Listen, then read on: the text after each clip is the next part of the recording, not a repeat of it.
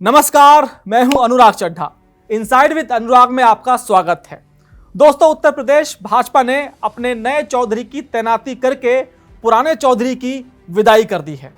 पुराने चौधरी का नाम आपको अच्छी तरह से मालूम होगा। उनका नाम था भूपेंद्र चौधरी और नए चौधरी का नाम है पंकज चौधरी। हालांकि अभी तक औपचारिक ऐलान नहीं हुआ है, लेकिन पंकज चौधरी के नाम का ऐलान भले ही ना हो, लेकिन नामांकन प्रक्रिया खत्म हो चुकी है। किसी ने नामांकन किया नहीं तो उनका उत्तर प्रदेश भाजपा का अध्यक्ष बनना एकदम तय है और कल पीयूष गोयल उनके नाम का औपचारिक ऐलान कर देंगे। लेकिन दोस्तों, ये बात तय है कि भाजपा ने बहुत ही सोच समझकर इस बार प्रदेश अध्यक्ष का नाम तय किया है। लेकिन मुद्दा ये नहीं है कि अध्यक्ष कौन बन रहा है। असली मुद्दा यह है कि आखिर भाजपा ने एक बार फिर से कुर्मी कार्ड क्यों खेला है। आखिर ऐसी क्या मजबूरी थी, या यूं कहें कि ऐसी क्या रणनीति थी कि ब्राह्मण, लोध और दलित चेहरों के चर्चा के बीच अचानक सुई आकर एक कुर्मी चेहरे पर जाकर अटक गई। भाजपा ने कौन कौन से समीकरण साधे हैं, पंकज चौधरी उस खांचे में कैसे फिट बैठे, और क्या यही वो कुर्मी इक्का है जो भाजपा को 2027 के चुनाव में प्रचंड जीत की तरफ ले जाएगा। आज के इस वीडियो में हम इसी सियासी गणित का पूरा विश्लेषण करेंगे। दोस्तों, 14 दिसंबर की तारीख मुकर्रर है।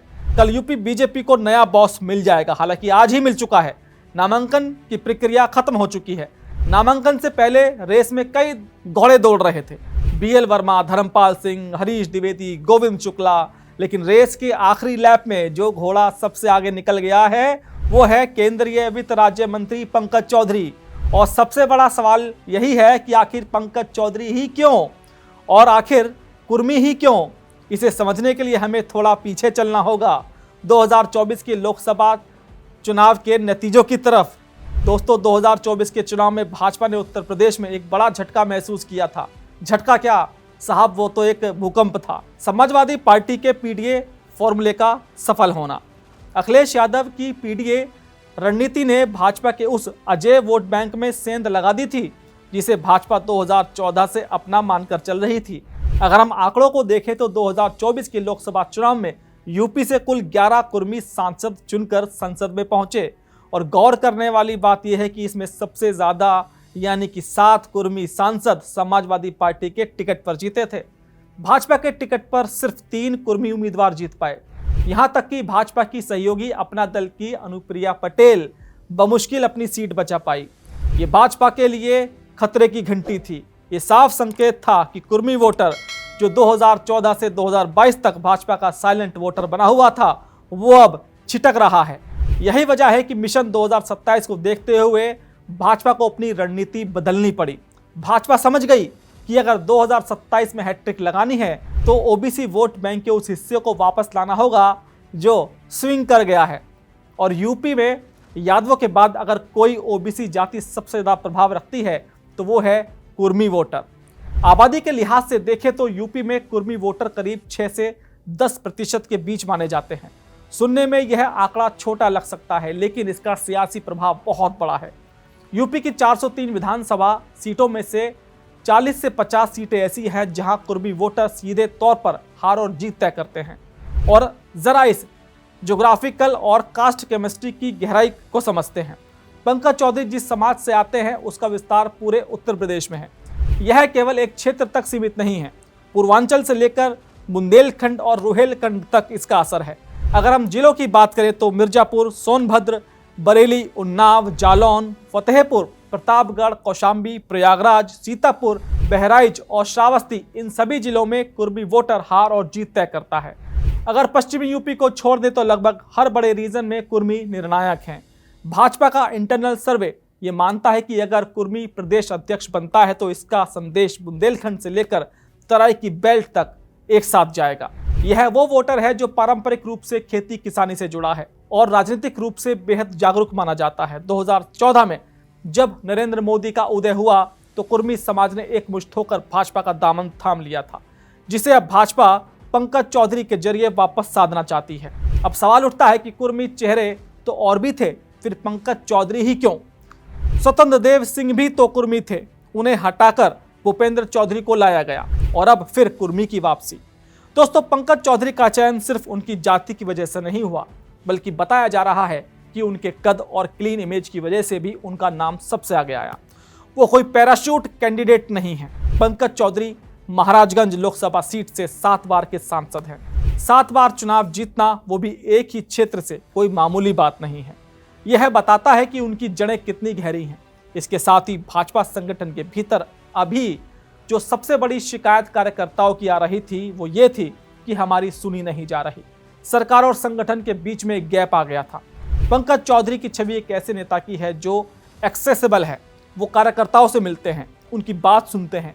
विरोधियों में भी उनकी छवि एक सौम्य और सुलझे हुए नेता की है। पंकज चौधरी की ताकत का अंदाजा आप इसी बात से लगा सकते हैं कि 2023 में जब प्रधानमंत्री नरेंद्र मोदी गोरखपुर दौरे पर आए थे तो वो प्रोटोकॉल और शेड्यूल तोड़कर अचानक पंकज चौधरी के घर पहुंच गए थे। वो तस्वीरें आज भी सोशल मीडिया पर तैरती हैं, जहां पीएम मोदी संकरी गलियों से पैदल चलकर उनके घर गए थे। राजनीति में ऐसे संकेतों के बहुत गहरे मायने होते हैं। ये दिखाता है कि शीर्ष नेतृत्व, खास तौर पर पीएम मोदी और अमित शाह का उन पर कितना भरोसा है। लेकिन दोस्तों, सिक्के का दूसरा पहलू भी देखना जरूरी है। क्या सिर्फ कुर्मी अध्यक्ष बना देने से कुर्मी वोटर वापस आ जाएगा? आपको याद होगा 2022 का विधानसभा चुनाव। उस वक्त यूपी भाजपा के अध्यक्ष स्वतंत्र देव सिंह थे, जो खुद एक बड़े कुर्मी नेता हैं। लेकिन उसी चुनाव में भाजपा के दिग्गज नेता और डिप्टी सीएम केशव प्रसाद मौर्य अपनी सीट से हार गए थे। और उन्हें हराने वाली कौन थी? पल्लवी पटेल, जो कुर्मी समाज से आती हैं। यह उदाहरण बताता है कि महज एक चेहरा शीर्ष पर बैठा देने से जमीनी समीकरण अपने आप नहीं सुधर जाते। स्वतंत्र देव सिंह के अध्यक्ष रहते हुए भी कुर्मी समाज का एक हिस्सा सपा गठबंधन की तरफ चला गया था। पल्लवी पटेल ने केशव प्रसाद मौर्य को हराकर यह साबित कर दिया था कि अगर विपक्ष मजबूत चेहरा और सही समीकरण पेश करे तो भाजपा का ओबीसी किला भेदा जा सकता है। इसलिए भाजपा के लिए चुनौती सिर्फ पंकज चौधरी को अध्यक्ष बनाना नहीं है, बल्कि उनके जरिए नीचे तक एक संदेश पहुंचाना है। अब जरा भाजपा की कुर्मी क्रोनोलॉजी को समझते हैं। ऐसा नहीं है कि भाजपा ने अचानक कुर्मी प्रेम दिखाया है। पार्टी का इतिहास गवाह है कि जब जब यूपी में समीकरण उलझे हैं, उन्होंने कुर्मी नेतृत्व को आगे बढ़ाया है। अब पंकज चौधरी उत्तर प्रदेश भाजपा के अध्यक्ष बन गए हैं, तो आंकड़े बताते हैं कि वो चौथे कुर्मी प्रदेश अध्यक्ष होंगे। इससे पहले विनय कटियार, जो हिंदुत्व के फायर ब्रांड नेता थे, ओम प्रकाश सिंह, स्वतंत्र देव सिंह इस कुर्सी पर बैठ चुके हैं। यानी भाजपा को पता है कि यूपी की ओबीसी राजनीति की धुरी यादव नहीं बल्कि कुर्मी और लोधी है, क्योंकि यादव वोट बैंक पर सपा की पकड़ मजबूत है। सिर्फ संगठन ही नहीं, संवैधानिक पदों पर भी भाजपा ने इस समाज को साधने की पूरी कोशिश की है। आप देखिए, बरेली के कद्दावर नेता संतोष गंगवार, जो कुर्मी समाज के बड़े चेहरे हैं, उन्हें झारखंड का राज्यपाल बनाया गया। राज्य पिछड़ा आयोग की कमान राजेश वर्मा को सौंपी गई। सहयोगी दलों में अनुप्रिया पटेल को केंद्र में मंत्री बनाए रखा गया। यहां तक कि सपा प्रमुख मुलायम सिंह यादव के करीबी रहे राकेश सचान को भी भाजपा में लाकर उनको मंत्री बनाया गया। यानी भाजपा ने कुर्मी नेताओं की एक पूरी फौज तैयार कर रखी है। लेकिन फिर भी एक केंद्रीय मंत्री और सर्वमान्य चेहरे की कमी महसूस हो रही थी। एक ऐसा चेहरा जो पूर्वी यूपी से लेकर पश्चिमी यूपी तक के कुर्मी समाज को जोड़ सके। ऐसा नहीं है कि भाजपा 2027 के लिए सिर्फ कुर्मी पर दाव लगा रही है, बल्कि वो ओबीसी ट्रियो यानी कुर्मी, निषाद, लोध के समीकरण को एक साथ साध रही है। राजनीतिक विश्लेषकों का मानना है कि भाजपा ने यह समझ लिया है कि अगर यूपी जीतना है तो इन 3 जातियों के पावर ब्लॉक्स को साधना होगा। निषाद वोट बैंक को देखिए। संजय निषाद भाजपा के सहयोगी हैं, लेकिन उनका प्रभाव गोरखपुर और पूर्वांचल के कुछ हिस्सों तक सीमित है और कई बार वो भाजपा को ही आंखें दिखा देते हैं। भाजपा चाहती है कि वो गठबंधन की बैसाखियों पर ज्यादा निर्भर न रहे। यही हाल लोध वोट बैंक का भी है। ऐसे में पंकज चौधरी को कमान सौंपकर भाजपा ने अपने कुर्मी पिलर को मजबूत करने की कोशिश की है। अब देखना होगा कि संगठन और सरकार में लोध और निषाद समाज को कैसे समायोजित किया जाता है। चर्चा है कि योगी कैबिनेट का विस्तार भी जल्द होने वाला है। करीब 6 मंत्री पद खाली है, उसे भरने के लिए भी जातिगत समीकरणों का ही सहारा लिया जाएगा। हो सकता है कि संगठन में कुर्मी को टॉप पोस्ट दी गई है तो सरकार में किसी दलित या लोध चेहरे को बड़ा पोर्टफोलियो दिया जाए। यह बैलेंसिंग एक्ट ही 2027 की नींव रखेगा। ऐसे में पंकज चौधरी के सामने चुनौतियों का पहाड़ है। सबसे बड़ी चुनौती है नाराज कार्यकर्ताओं को मनाना और बिखर चुके जातीय समीकरणों को फिर से जोड़ना। कुर्मी समाज में भी अब कई धड़े हो गए हैं। बेनी प्रसाद वर्मा, आपको याद होगा, ये समाजवादी पार्टी के बड़े नेता थे, फिर कांग्रेस में गए। उनके ज़माने में एक मुश्त वोटिंग होती थी, जो कि अब नहीं होती। युवा कुर्मी वोटर रोजगार और पेपर लीक जैसे मुद्दों पर सरकार से नाराज हैं। सिर्फ जाति के नाम पर वापस लाना आसान नहीं होगा। पंकज चौधरी को सरकार के साथ समन्वय बनाकर इस जमीनी मुद्दे को हल करवाना होगा। उन्हें सुनिश्चित करना होगा कि 2027 में टिकट वितरण में उन गलतियों को बिल्कुल ना दोहराया जाए जो 2024 में हुई थी। उन्हें अखिलेश यादव के पीडीए नैरेटिव को काउंटर करना होगा, जो अब संविधान और आरक्षण बचाने के मुद्दे पर आक्रामक हैं। दोस्तों, भाजपा ने यह दाव बहुत ही सोच समझकर खेला है।